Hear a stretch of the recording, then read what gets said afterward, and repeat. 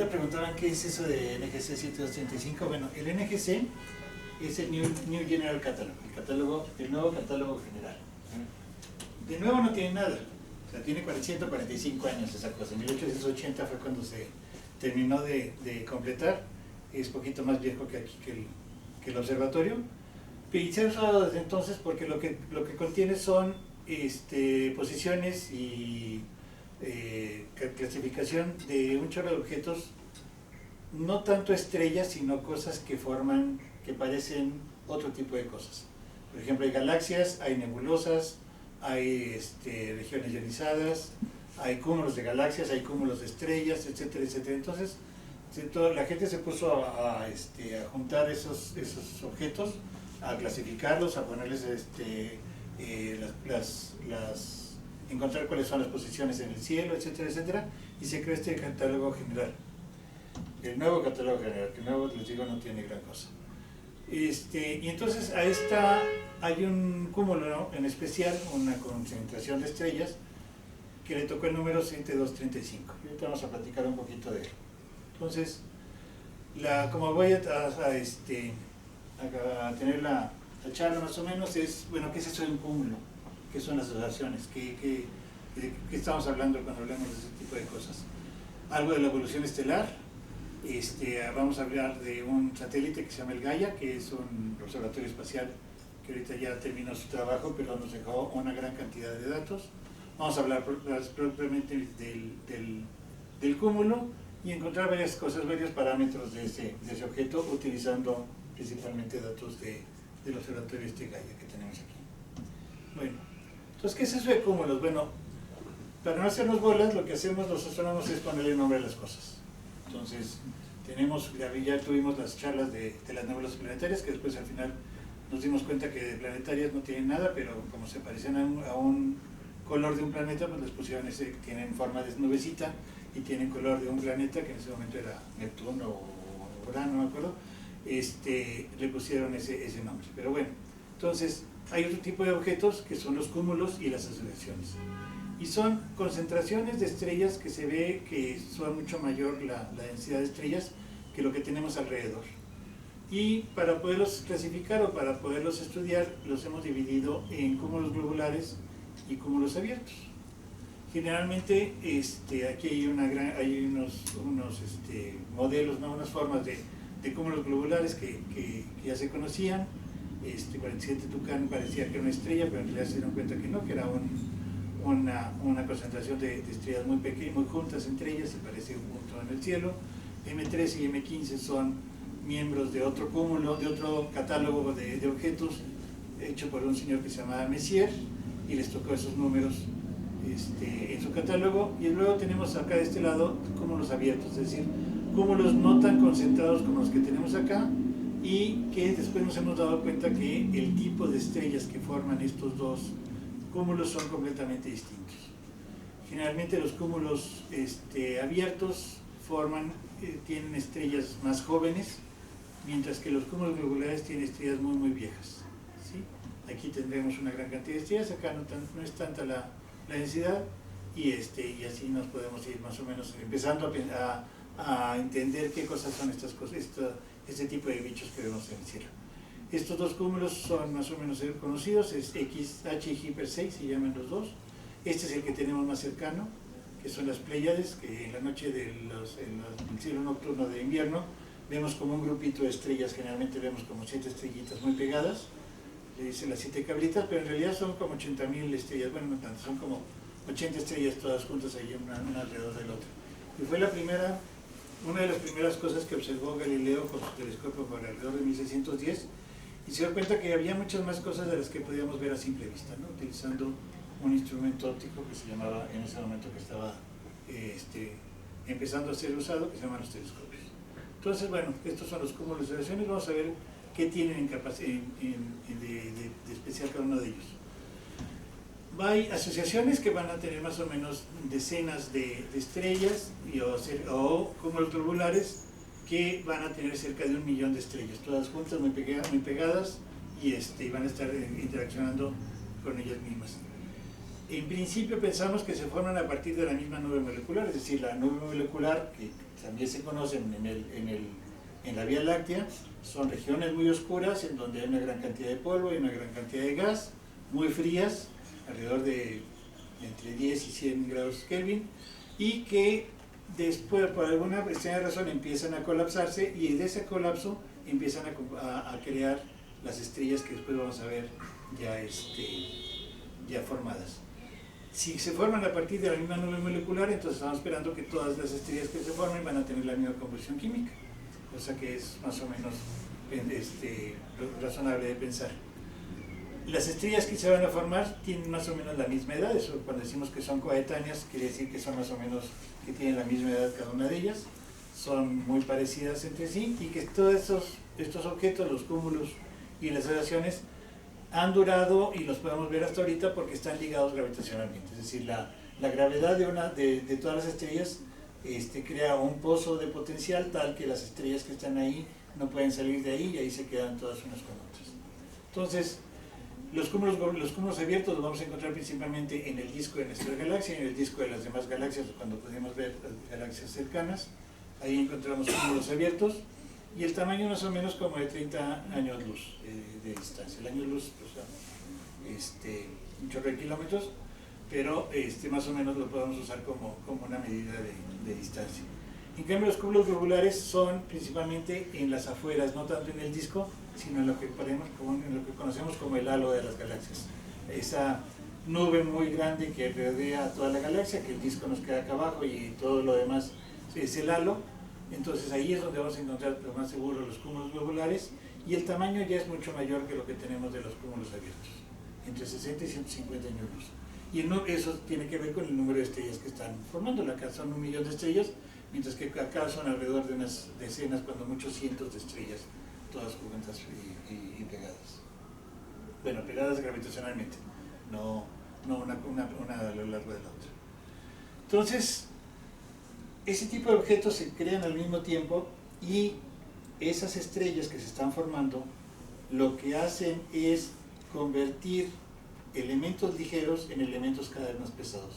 Esa es la forma en que el universo se enriquece a sí mismo. Es decir, el universo empieza únicamente con átomos de hidrógeno, y esos átomos de hidrógeno, a través de las estrellas que han ido formándose a lo largo del tiempo, crean elementos cada vez más pesados hasta que llegamos a lo que tenemos nosotros aquí en la Tierra, que son elementos principalmente carbono, silicio, oxígeno, nitrógeno, sodio, etcétera, etcétera, etcétera, etcétera.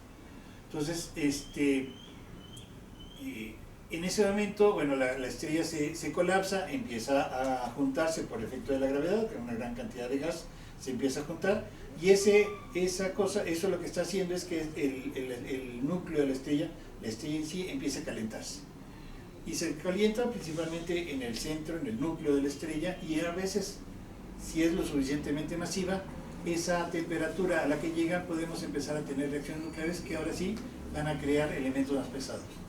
El Sol lo que está haciendo, y muchas de las estrellas que conocemos ahora, está convirtiendo el hidrógeno en deuterio o en tritio, etcétera, etcétera, y luego esos dos se juntan y nos forman un átomo de helio, que es una cosa que fue formada a partir de 4 átomos de hidrógeno, y se convirtió ahora en un objeto que tiene 2 protones, 2 neutrones, y que soltó una gran cantidad de energía. Y esa energía trata de salir del núcleo de la estrella, y va a crear una presión tal que ya no permite que la estrella se siga colapsando. Entonces hay un equilibrio ahí en la estrella, en la energía que quiere salir y la fuerza gravitacional que trata de juntarla, y ahí va a durar pues una gran cantidad de años ese objeto ahí generando energía y evitando que colapsar sobre sí mismo. Y eso lo que hace a la larga es que la estrella va a tener un efecto de cambio en su composición química, en su tamaño, en su temperatura, etcétera, y a eso le llamamos la evolución. La evolución estelar es el cambio que tienen las estrellas conforme va pasando el tiempo debido a todas estas reacciones nucleares que tienen en el centro. ¿Okay? Entonces, lo que hacemos es tomar elementos ligeros como el hidrógeno y lo convertimos en algo más pesado, que sería el helio. Y luego convertimos el helio, convertimos las estrellas, convierten el helio, en objetos cada vez más pesados como carbono, nitrógeno, oxígeno, y estos a su vez se juntan para convertir silicio, fósforo, etcétera, etcétera. Todos esos elementos que conocemos vienen a partir de los elementos más ligeros que formaron parte de la estrella.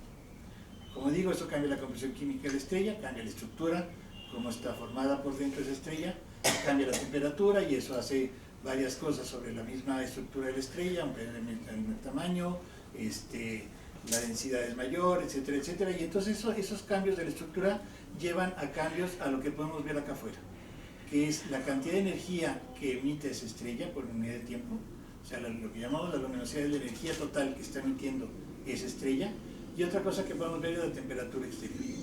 Y esos cambios, lo que llamamos es la evolución de esas estrellas. Esa evolución va a depender principalmente de la masa que tiene la estrella. No tiene los mismos cambios una estrella que tiene una masa solar, como el Sol, ¿sí?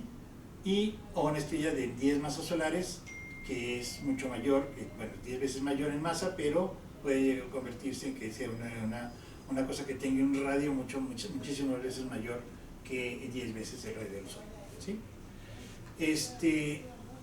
Eso lleva a que el tiempo en el cual la estrella puede hacer ese tipo de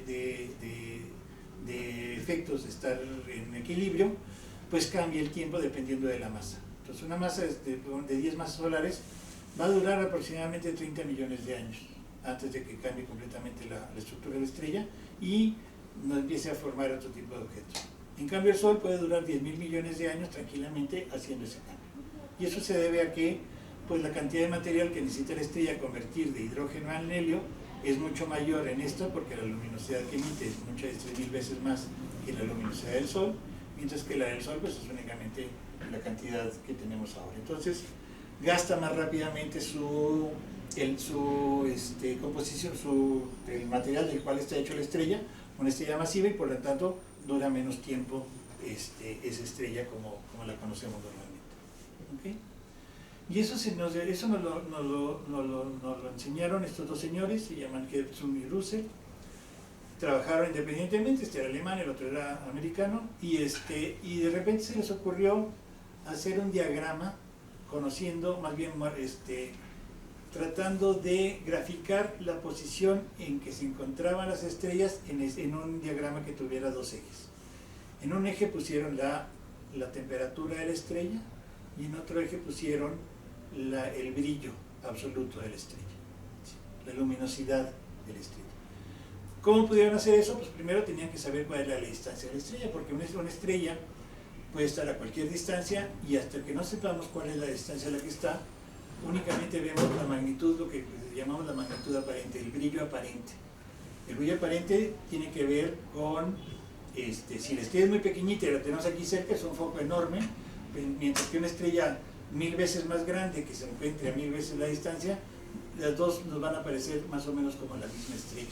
Y a pesar de que la distancia de una y de otra es distinta, es decir, la luminosidad de aquella es muchísimo mayor que la luminosidad que la que tenemos más cerca, y eso nos engaña el brillo que estamos viendo.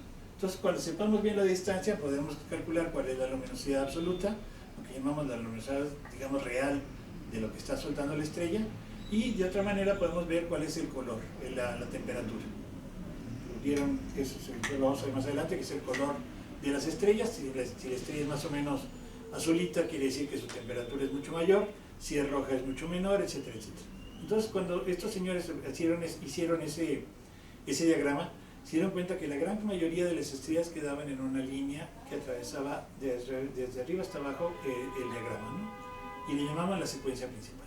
Había unas cuantas estrellitas que estaban de este lado, que les llamaron gigantes rojas, es decir, mucho mayores, pero más frías, y otras que estaban acá abajo, que eran muy calientes, pero muy poco brillantes, se llamaban las enanas blancas.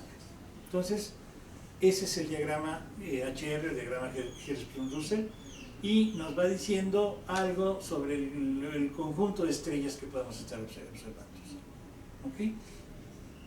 Entonces, el camino evolutivo de una estrella va a ir cambiando con el tiempo. O sea, si ya la estrella, si la estrella se forma con 20 masas solares, Con el tiempo, son 30 millones de años más o menos, va a ir cambiando su posición en el diagrama de temperatura contra luminosidad, la luminosidad de la estrella. Es decir, la estrella empieza aquí, si juntamos todas estas, regresamos a lo que llamábamos la secuencia principal, pero esta estrellita con el paso del tiempo va a empezar a evolucionar y va a irse moviendo a lo largo del diagrama HR hasta que termine su vida como una explosión de supernova, sobre todo las que son más masivas. Esta de 120 masas solares no duran ni 2 millones de años de su vida. Hay objetos, lo sabemos, creemos que conocer objetos que tienen esta cantidad de masa originalmente, y hace un cierto viaje más raro hasta que truena como supernova muy rápidamente. Y aquí tenemos dos tipos de gráficas, una que es la roja y la otra que es la punteada. Y lo que estamos viendo, lo que estamos encontrando ahora, es que también este camino evolutivo, esta evolución, no solo depende de la masa, sino depende si la estrella está rotando o no está rotando. Si la estrella está rotando, es una bola de gas que está girando sobre sí misma, el Sol es una bola de gas caliente que está girando sobre sí mismo, y ese movimiento crea corrientes que sacan y meten material fresco, digamos, hacia el núcleo.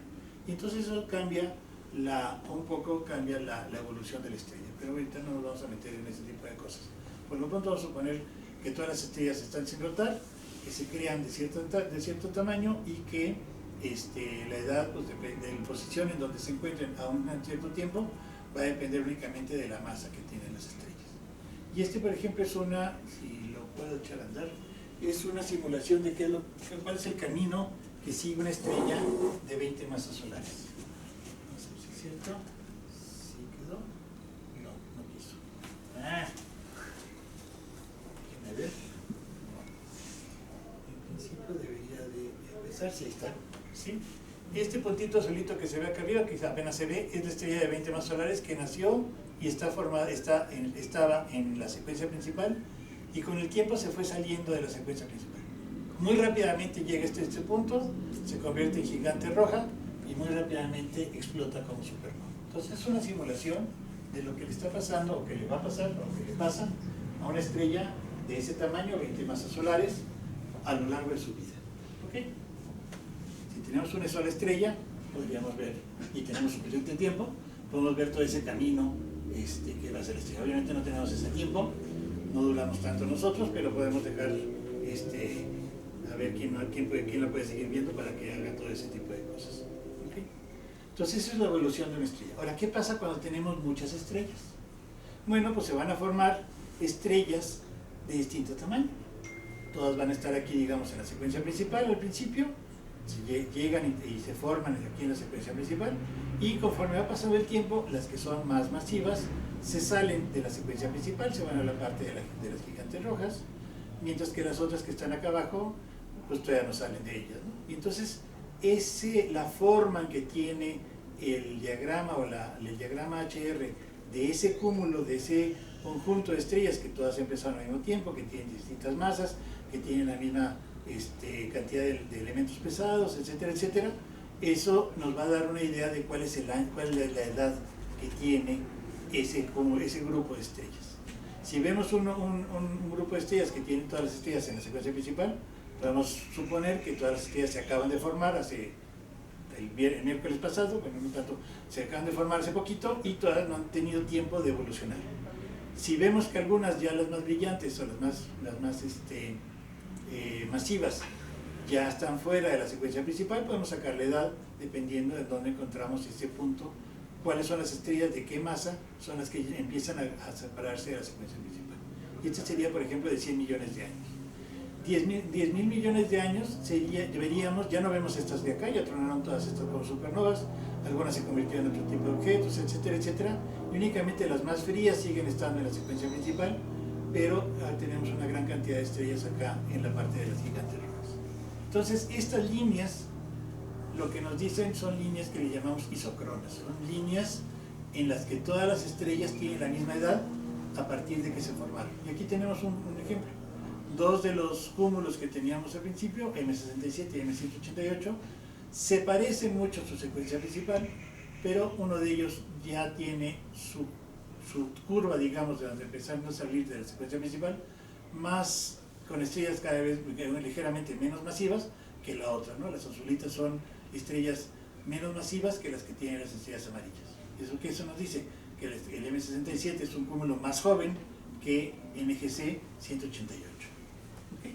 Entonces, esta es otra simulación de un cúmulo que está formado, no me acuerdo si son 30.000 estrellas o una cosa así, no me acuerdo cuántas, que con masas que van desde 0.3 hasta 30 masas solares, y lo vamos viendo cómo va cambiando el diagrama HR de ese cúmulo en el tiempo, desde 100.000 años hasta 19.000 millones de años. ¿Okay? Entonces, es una simulación, las estrellas, cada una de ellas tiene distinta masa, etcétera, etcétera. Y la línea verde es la secuencia principal. Y aquí podemos ver una cosa muy especial. Déjame ver si lo puedo parar. Sí, creo que al otro lado. Acá. Oh, qué creativo. A ver, otra vez. No de regreso.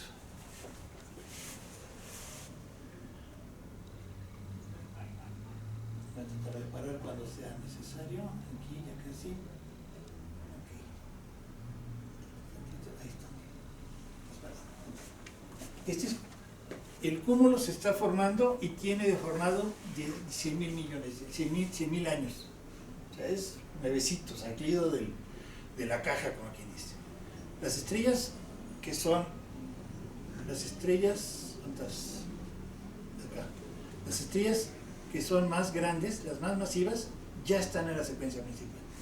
Y las estrellas que son más pequeñas, el Sol andará más o menos como por aquí, una estrella parecida al Sol andará más o menos por aquí, todavía no llegan a la secuencia principal. Se están formando, se están concentrando apenas, están haciendo, están condensándose esas estrellas para llegar, ahora, cuando estén en equilibrio, para llegar a la secuencia principal. Entonces, si vemos una cosa así, pues podemos sacar de conclusión de que este cúmulo tiene muy poco tiempo de haberse formado. ¿Okay?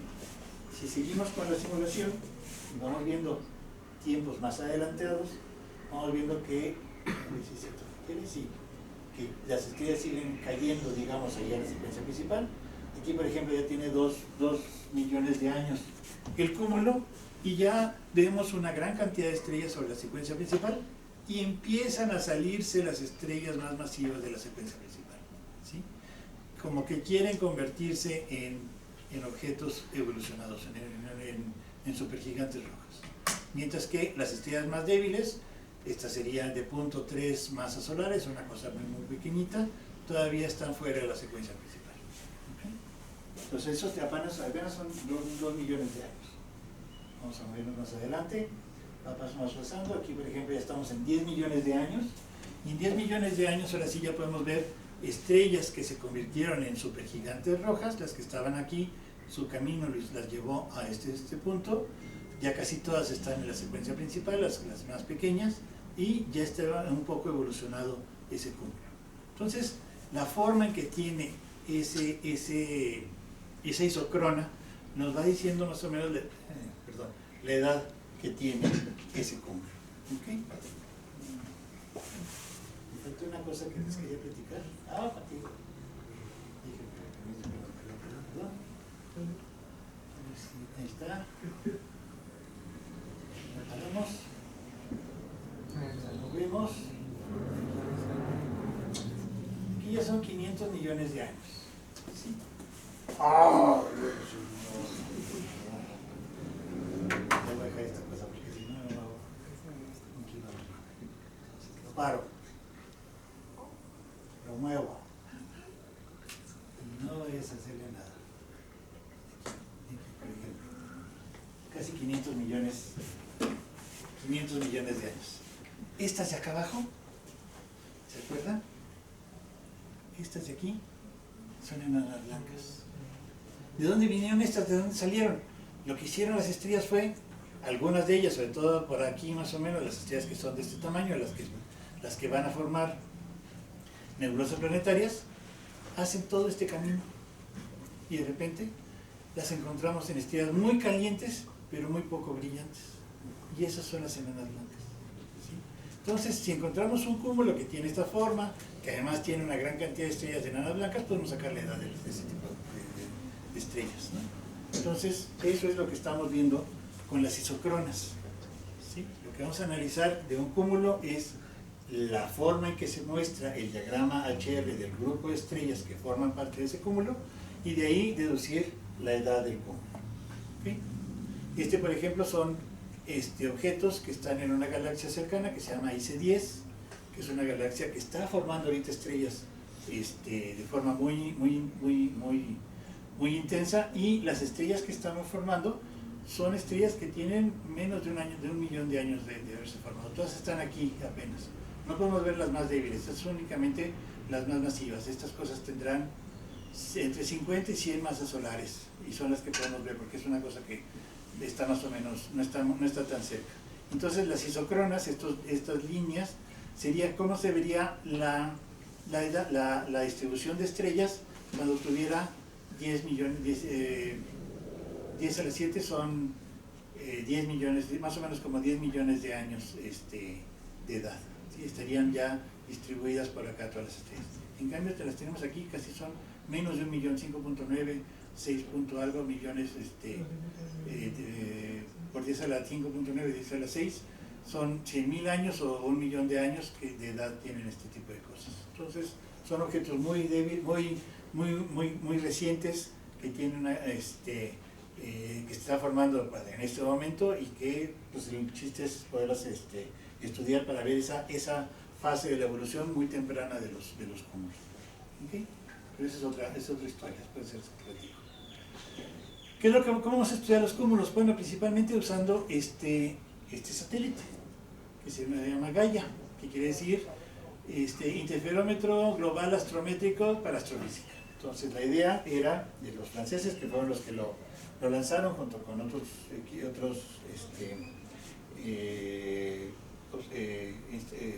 científicos de Europa, fue tratar de ver cómo serían las estrellas de nuestra propia galaxia, lo que tenemos aquí cercano de la propia galaxia.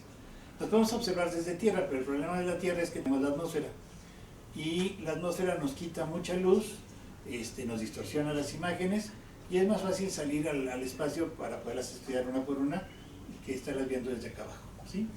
¿Y qué es lo que nos da Gaia? Pues nos da la posición y los movimientos de cerca de 2.000 millones de estrellas. Desgraciadamente hace unos cuantos meses terminó su trabajo, después de 10 años, estaba pensado que durara 3, pero pudieron seguirlo trabajando durante 10 años, y tenemos una gran cantidad, más de 2.000 millones de estrellas para poder trabajar y poder hacer estudios globales de la galaxia, por lo menos de la parte más cercana de nuestra propia galaxia, ¿sí?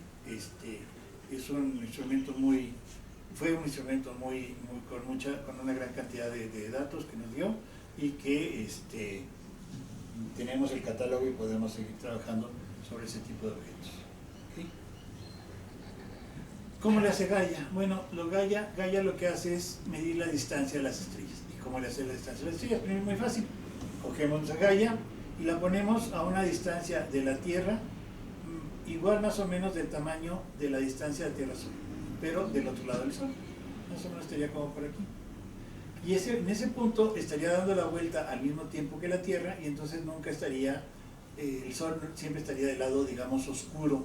La Tierra le estaría tapando el Sol, y podría ver completamente oscuro todo el universo. Entonces más o menos está a una distancia parecida de la Tierra, pero más lejos que el Sol. Más o menos como por aquí.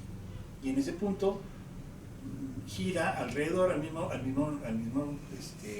ritmo con que gira la Tierra, entonces siempre va a estar en la parte oscura del Sol, no lo va a ver. ¿Okay? Entonces se pone a observar una región del cielo cuando se encuentre en un lado de la órbita y cuando se encuentre el otro lado de la órbita. Y lo que hace es hacer el paralaje. Entonces ahorita un experimento rápidamente, ustedes van a sacar su mano y van a poner su dedo aquí enfrente y se van a tapar un ojo. Y luego van a abrir el otro y se van a tapar aquí. ¿Y qué le pasa al dedo? Pues el dedo parece que se mueve. Obviamente no están moviendo. Lo que está moviendo es la línea, bueno, más bien, ¿con qué lo están viendo? ¿Sí? El punto desde el cual ven el ojo. Entonces, ese cambio de posición con respecto a todo lo que está más atrás, ¿sí?, me puede dar información de a qué distancia está el objeto. Eso es lo que llamamos el paralaje. Entonces, lo que hace Gaia, ve el mismo punto del universo, la misma estrellita, que está en amarillo, ¿sí?, la mira desde un lado de la órbita o la mira desde el otro lado de la órbita. Entonces la estrella pareciera primero que está acá junto con todas estas, y del otro lado parece que están detrás de todas estas. O sea, hay un cambio de posición de la estrella, aparente. No que la estrella se está moviendo de un lado para otro, sino que la estrella pareciera moverse, pero es debido a que la estamos viendo desde dos extremos distintos de la órbita. Sabiendo cómo se mueven, sabiendo cómo están, cuál es la distancia entre un punto y otro, etcétera, etcétera, podemos saber a qué distancia se encuentra ese objeto. Entonces tenemos la manera de poner la distancia y la ponemos con respecto a un sistema de coordenadas que tenemos definido en el cielo, que está basado en cuasares, ¿sí? Ya no son las estrellitas, sabemos que las estrellitas se mueven, no nos sirven como sistema estándar, pero los cuasares están tan lejos que eso sí, aunque se muevan, desde nuestro punto de vista, están ahora sí pegados al fondo del universo. Entonces esas cosas las podemos usar como puntos estándares y a partir de esos crear un sistema de coordenadas que nos permite ver dónde se encuentra cada tipo de cosas, ¿sí? ¿Con qué precisión? Bueno, aquí le decimos que son 24 millonésimas de segundos de arco. ¿Qué quiere decir eso de segundos de arco? El dedo, cuando está aquí a la distancia del brazo, más o menos pareciera ser un grado. Es un grado, es una distancia angular entre este lado y este lado, que es más o menos como de un grado. Conocemos los grados, ¿no? 360 en un círculo, y esto sería como un grado. Bueno, lo dividimos en 60, cada uno de esos, y eso es un minuto. Cada uno de ellos es un minuto. Eso lo dividimos entre 60, y esos son segundos de arco, ¿sí? Y 24 millonésimas de esos segundos de arco es la precisión con la que Gaia puede medir la posición de las estrellas. O sea, tiene una precisión pasmosa, ¿no? Y de ese tamaño es, si cogemos un peso y lo ponemos un peso y lo ponemos en la Luna, el tamaño angular que tendría ese peso en la distancia de la Luna sería más o menos parecido a 24 micromésimas de segundo de arco. Esa es la precisión con la que Gaia puede medir la distancia de las estrellas. Pero además, las estrellas no están quietas, las estrellas se están moviendo, nuestra galaxia está girando, nosotros giramos con la galaxia y las estrellas también giran con la galaxia. Entonces ese movimiento lo vemos en el fondo del cielo y lo llamamos el movimiento propio. Entonces, esta estrella, por ejemplo, ¿sí?, si nos ponemos a ver a lo largo del tiempo, esta estrella va a cambiar su posición y la dirección en la que se va a mover va a ser en esta dirección, y en un año, por ejemplo, o en 100 años, va a avanzar toda esta distancia. Entonces eso se llama el movimiento propio. Va a estar creado por el movimiento propio en esta dirección, que llamamos declinación, y el movimiento propio en esta dirección, que llamamos en ascensión recta. Y podemos crear el movimiento propio total, pues haciendo el teorema de Pitágoras, ¿no? Un lado, el otro, y con lo que llamamos la hipotenusa. Todas las estrellas hacen eso. Algunas tienen un movimiento propio muy grande, sobre todo las que están más cerca que nosotros, pues se mueven más rápidamente que las que están más lejos. A pesar de que estén moviendo a la misma velocidad, las que están más lejos no se mueven tanto como la que tenemos aquí cerquita, ¿sí? Entonces eso también nos da información de dónde están las estrellas y cómo se mueven ese tipo de estrellas, ¿sí? Entonces estos son los datos que nos da Gaia: la posición, que son los dos ejes, ascensión recta y declinación le llamamos, el paralaje, que ya vimos que está relacionado con la distancia, el movimiento propio, y además qué tanto brilla. Puede ser el brillo total de la estrella o el brillo en un filtro más azul o en un filtro rojo, y entonces creamos el color de la estrella, ¿sí? Si es muy azul, quiere decir que es una temperatura más alta; si es más roja, es una temperatura más fría, y entonces así podemos ir catalogando y trabajando de ese tipo con todos los datos de Gaia que nos da la estrella. Esta, por cierto, se llama HD 1010 y es una estrella que tiene un movimiento propio muy grande, ¿sí? Ciento y tantos milisegundos de arco por año, Entonces es una cosa que está moviendo rapidísimo y que está más o menos cercana a nosotros. ¿Okay? Ahora sí ya llegamos a donde lo que queríamos llegar, que es el cúmulo NGC 7235. Entonces aquí en esta imagen está metido el cúmulo NGC 7235. El problema es, vemos muchas estrellas. Tenemos una gran cantidad, una gran concentración, pero tenemos una gran cantidad de estrellas ahí metidas. ¿Cuál de todas esas son de veras del cúmulo? ¿Y cuáles son estrellas que están antes de nosotros, que están más cerca de nosotros, o que están en el fondo, más allá del cúmulo, y por lo tanto no son parte del cúmulo? Bueno, pues vamos a tratar de encontrar ese tipo de cosas. Y lo que hacemos es, pues se observan, ya hubo quien lo observó, Mast y sus compañeros en el año 2000, observaron este cúmulo, se reportaron los colores, los brillos en tres colores, ultravioleta, azul y visible, y de ahí podemos sacar lo que llamamos el parámetro Q. El color que encontramos con estos dos filtros, U menos B, y el color B menos V, lo metemos en esta ecuación y nos da un cierto valor del parámetro Q.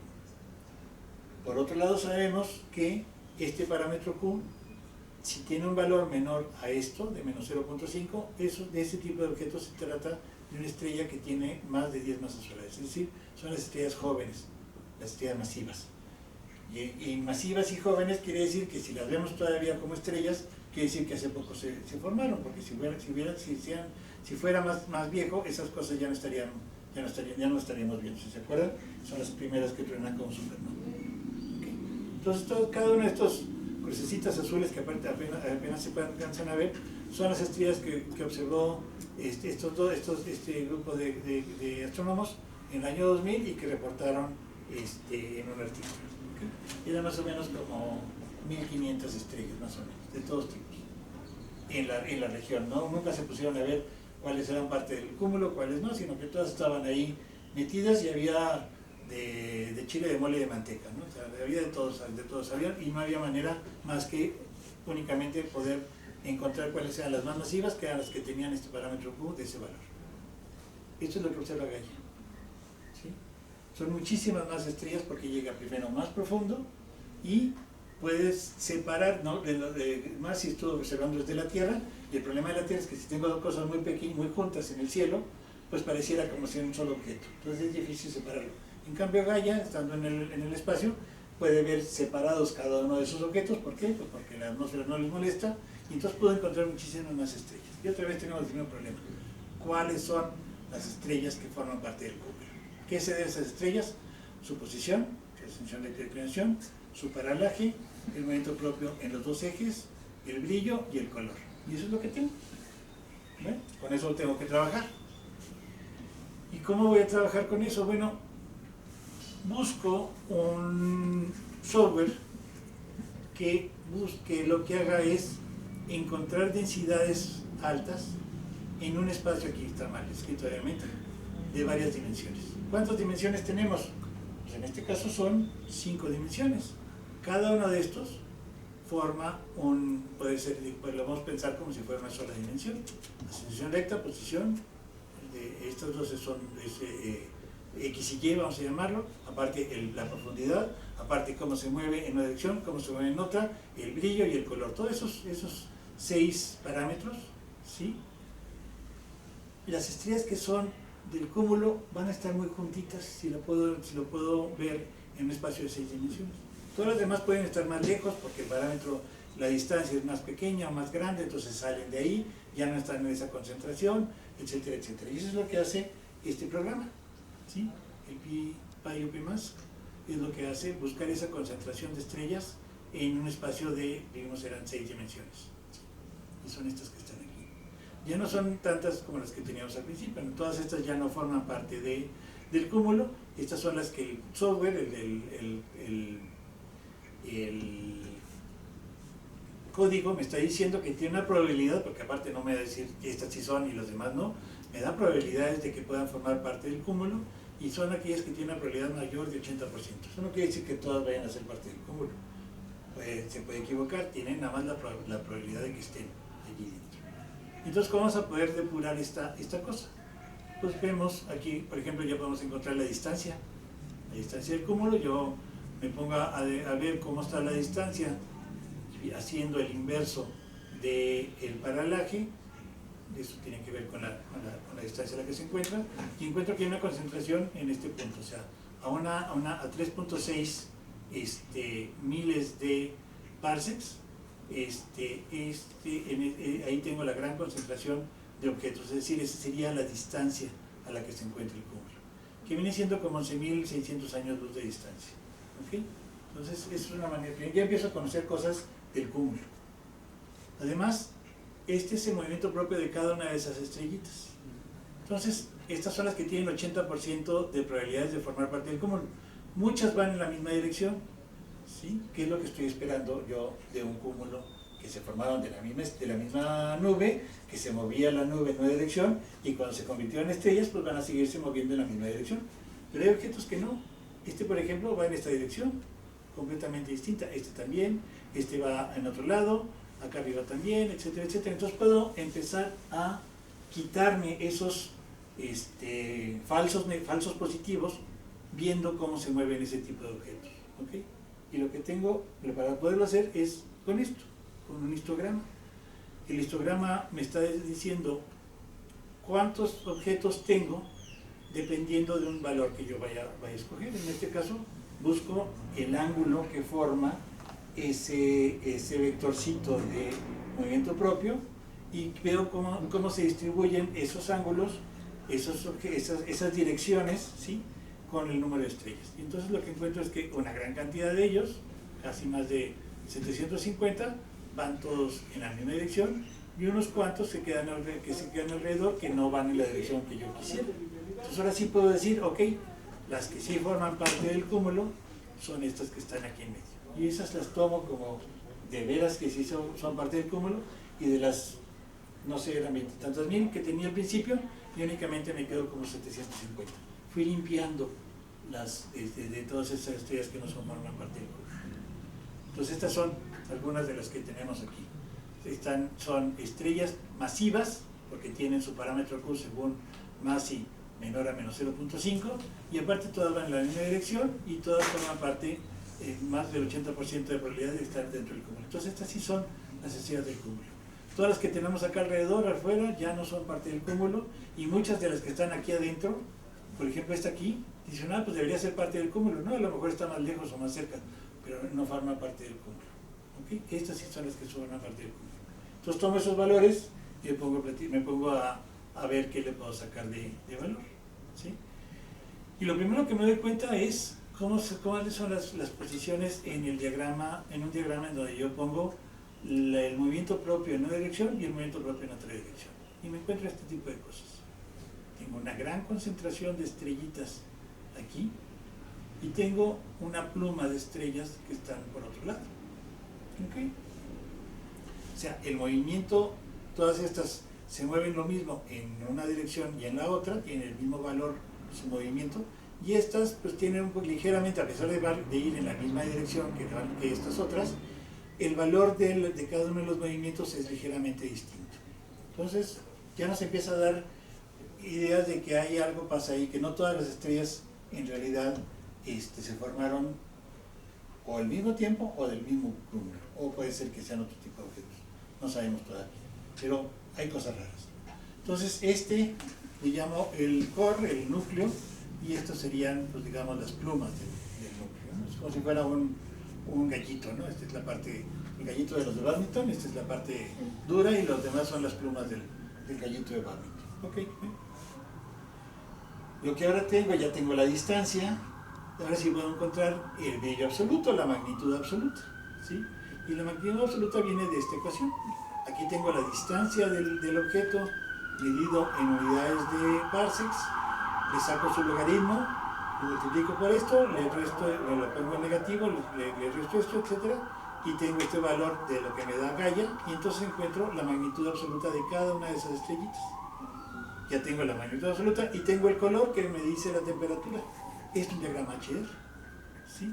Tengo el color que me dice la temperatura y tengo el brillo absoluto. Y entonces me pongo a ver dónde están distribuidas las estrellas. Y la primera cosa que me encuentro es que hay dos grupos de estrellas.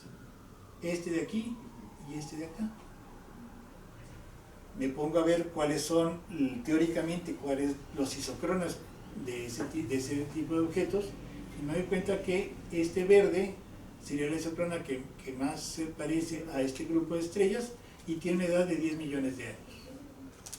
En cambio este de acá es una isócrona de un cúmulo que se formó apenas hace 100.000 años. Las dos están en el mismo lugar, las dos se mueven igual, las dos están en la misma posición, las dos son parte del cúmulo, pero ya las estrellas no se formaron al mismo tiempo. Unas se formaron hace 10 millones de años y otras están formando apenas hace 100.000 años. Está raro. Esperábamos que todas fueran, se hubieran formado al mismo tiempo. En este caso no es eso. ¿Okay?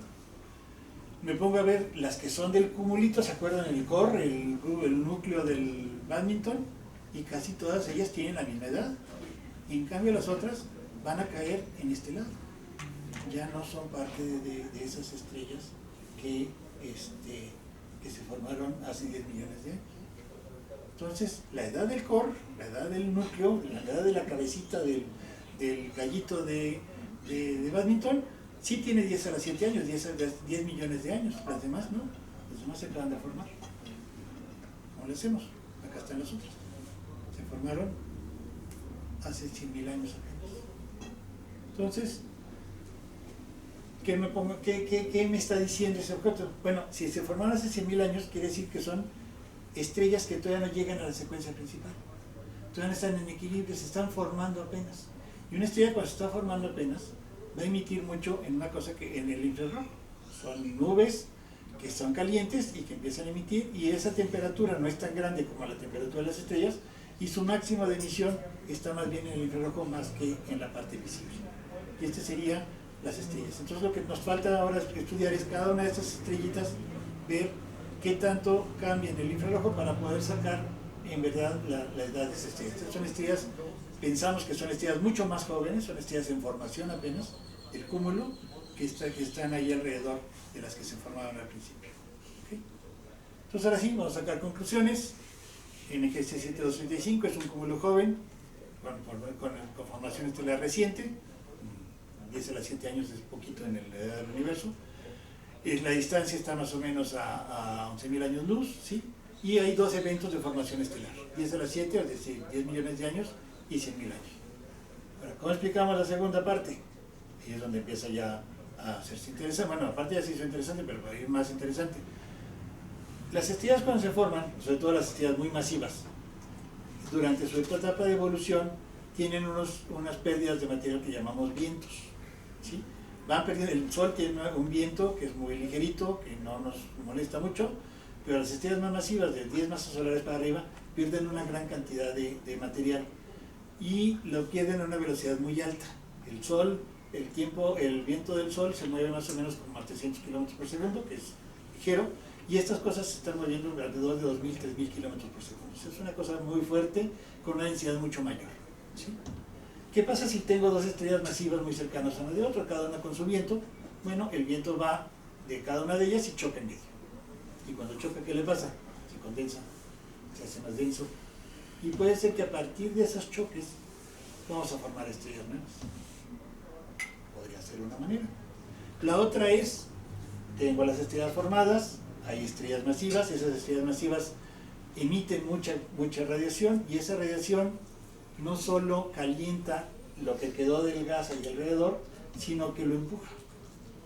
¿Sí? Cuando ustedes tienen un fotón, es una partícula de luz, cuando es absorbido, no solo le pasa energía, no solo le pasa calor, digamos, a lo que lo absorbió, sino que lo va empujando poco a poquito.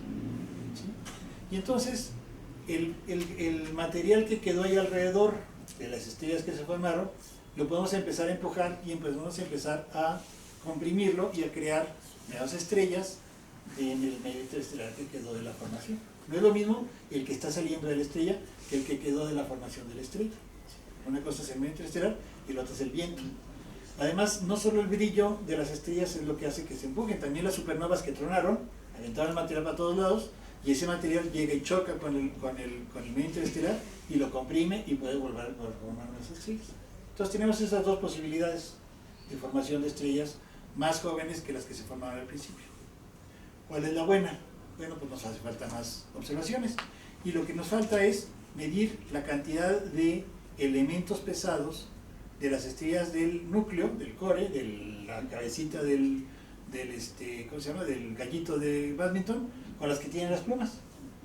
Si es verdad que se formaron a partir de supernova, esas supernovas enriquecieron todavía más el material y las estrellas tendrían una cantidad de metales, una cantidad de elementos pesados mayor que las que se formaron al principio. Y eso ya me apuntaría a esta segunda explicación. Si tiene más o menos, si tiene la misma metalicidad que llamamos, la misma cantidad de elementos pesados, quiere decir que no se formaron a partir de supernovas, sino que se formaron de lo que sueltan las estrellas que no está evolucionado. Y entonces estarían formadas a partir de choques de vientos estelares. Entonces nos falta medir la metalicidad de esas estrellas para ver cómo son y compararlas unas con otras, y de esa manera podremos saber dentro de unos cuantos años cuál es de las teorías, cuál es la buena. Entonces, como ven, sacamos cosas nuevas, sacamos la distancia, sacamos cuáles sean las estrellas de verdad del cúmulo, y vamos a poder, sobre todo cuando respondemos alguna pregunta, después salen más preguntas todavía. O sea, tenemos chamba todavía para un buen rato, unos cuantos años trabajando. ¿Por qué? Pues porque obtener la metalicidad de esas estrellitas necesitamos mucho tiempo de observación, reducir las observaciones, analizar los espectros, ver cuántos elementos pesados tienen, etcétera, etcétera, hacer la estadística de todas las estrellas. Y bueno, trabajo afortunadamente todavía tenemos, y tenemos para no aburrirnos durante unos próximos 2 o 3 años. ¿Okay? Y ese es un solo cúmulo. ¿Cuántos cúmulos hay? Hay 150 cúmulos alrededor, conocidos o más, casi 2000 cúmulos alrededor de nuestra galaxia, y cada uno tiene su característica distinta. Entonces, yo me pongo en este cúmulo, pero hay alguien más se pone en otro, y alguien más se pone en otro, y cada uno estamos contribuyendo con más cosas para conocer cómo se mueve el universo, y tenemos chamba para todo el mundo, para todos lados. ¿Okay? Hasta para aventar para abajo. Entonces, bueno, eso es lo que les quería platicar, y pues muchas gracias.